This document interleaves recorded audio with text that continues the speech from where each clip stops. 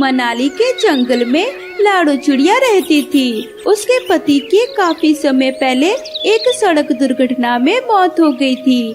लाडो चिड़िया अपने बेटे गुड़िया के साथ किराए के घर में रहती थी। लाडो लोगों के घरों में खाना पकाने और झाड़ू पोछा करने का काम किया करती थी। एक रोज लाडो की तबीयत बहुत ज्यादा खराब हो जाती है और वह काम पर नहीं जा पाती।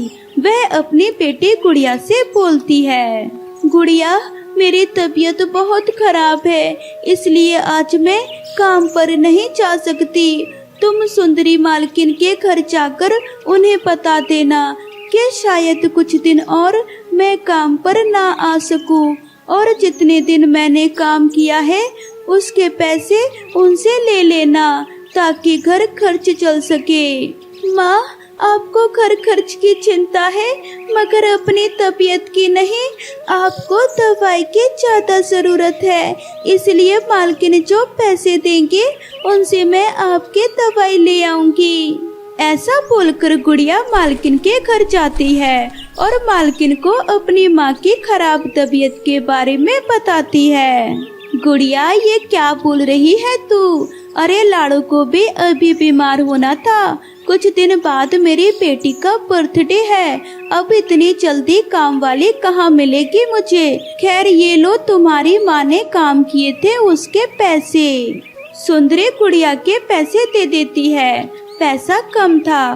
गुड़िया पैसा लेकर सोचने लगती है, इतने पैसों में तो माँ की पूरी दवाई भी नहीं आ पाएगी। ऐसा सोचकर लाडो मालकिन से कहती है, मालकिन, जब तक माँ ठीक नहीं हो जाती तब तक क्या मैं उनकी जगह काम पर आ सकती हूँ?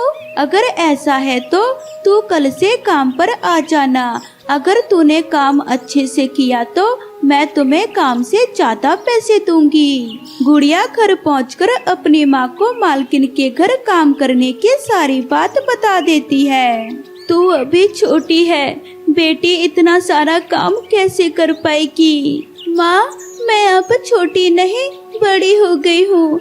वैसे माँ, मेरा बर्थडे कब आता है? आज तक आपने कभी मेरा जन्मदिन नहीं मनाया और ना ही कभी मेरे लिए केक आया है। तेरा जन्मदिन भी आने वाला है और इस बार मैं अपनी बेटी का जन्मदिन जरूर मनाऊंगी, बस मैं जल्दी से ठीक हो जाऊं। अगले ही दिन से गुड़िया सुंदरी के घर काम करने पहुंच जाती है। वह जल्दी से घर की सफाई करके किचन में खाना बनाने लग जाती है और गर्मा गर्म खाना बना देती है। सुंदरी और उसका पति कालू कौवा और उसकी बेटी पिंकी सभी खाना खाने लगते हैं। खाना चखते ही कालू कौवा गुड़िया से बोलता है, अरे वाह गुड़िया, क्या स्वादिष्ट खाना पकाया है तुमने। एक हमारी पिंकी है जो कि तुम्हारी ही उम्र की है, इसे तो मैगी तक बनाना नहीं आता है। पिंकी गुस्से से वहाँ से चली जाती है। कालू हर दिन गुड़िया के काम की बहुत तारीफ किया करता, जिसे देखकर पिंकी को जरा भी अच्छा नहीं लगता था। गुड़िया, तुझे पता है ना, कल मेरा बर्थडे है, इसलिए सारा काम अच्छे से होना चाहिए। किसी भी चीज की कमी हुई तो तेरी खैर नहीं, इसलिए कल जरा जल्दी काम पर आ जाना। उसी रात गुड़िया अपने घर अपनी माँ को पिंकी के बर्थडे की बात बताती है। कल तो तेरा भी बर्थडे है, इसलिए कल जल्दी घर आ जाना। माँ, मुझे आपकी तबीयत कुछ ठीक नहीं लग रही है, मैं कल जल्दी आ जाऊंगी। अगले दिन गुड़िया पूरे मन से पिंकी के बर्थडे की तैयारी करती है। अच्छा खाना बनाती है।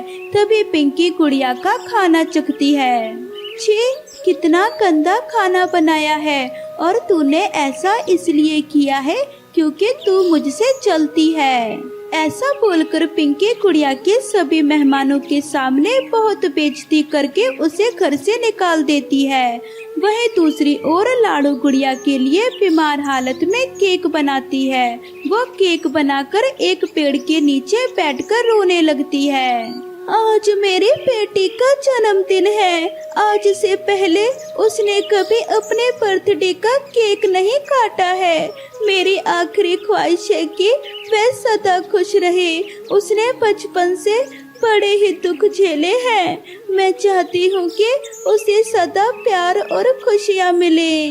तभी उसे पेड़ से आवाज सुनाई देती है, लाड़ो, सच में गुड़िया और तुमने अपने जीवन में बहुत दुख झेले हैं, इसलिए आज मैं इस केक में अपनी जादुई शक्तियाँ डाल रहा हूँ, जिसे खाने पर तुम्हारी बेटी के सभी सपने पूरे होंगे।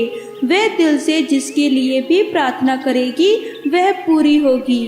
तभी रोते हुए गुड़िया आती है और अपनी माँ को पिंकी द्वारा किए गए अपमान के बारे में सब बताती है। बेटी, आज तू दुखी मत हो जरा भी।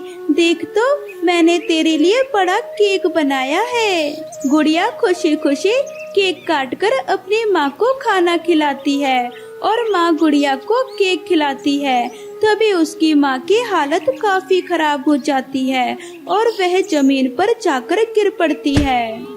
इस दुनिया में मेरी माँ के अलावा और कोई नहीं है। कृपया करके आप उन्हें ठीक कर दें। गुड़िया के ऐसे कहते ही उसकी माँ लाड़ो जमीन से उठकर खड़ी हो जाती है।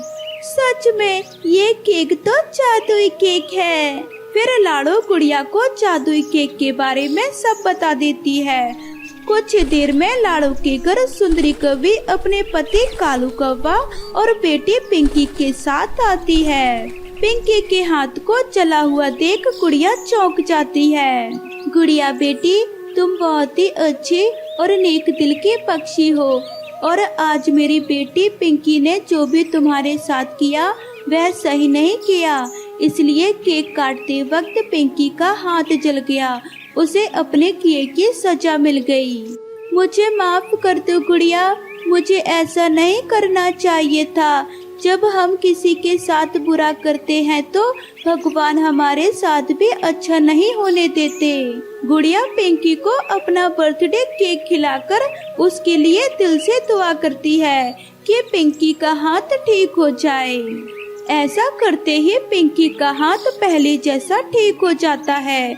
सभी गुड़िया को देखकर उसका दिल से धन्यवाद करते हैं और उस दिन के बाद लाड़ो अपनी माँ के साथ खुशी खुशी रहने लगी।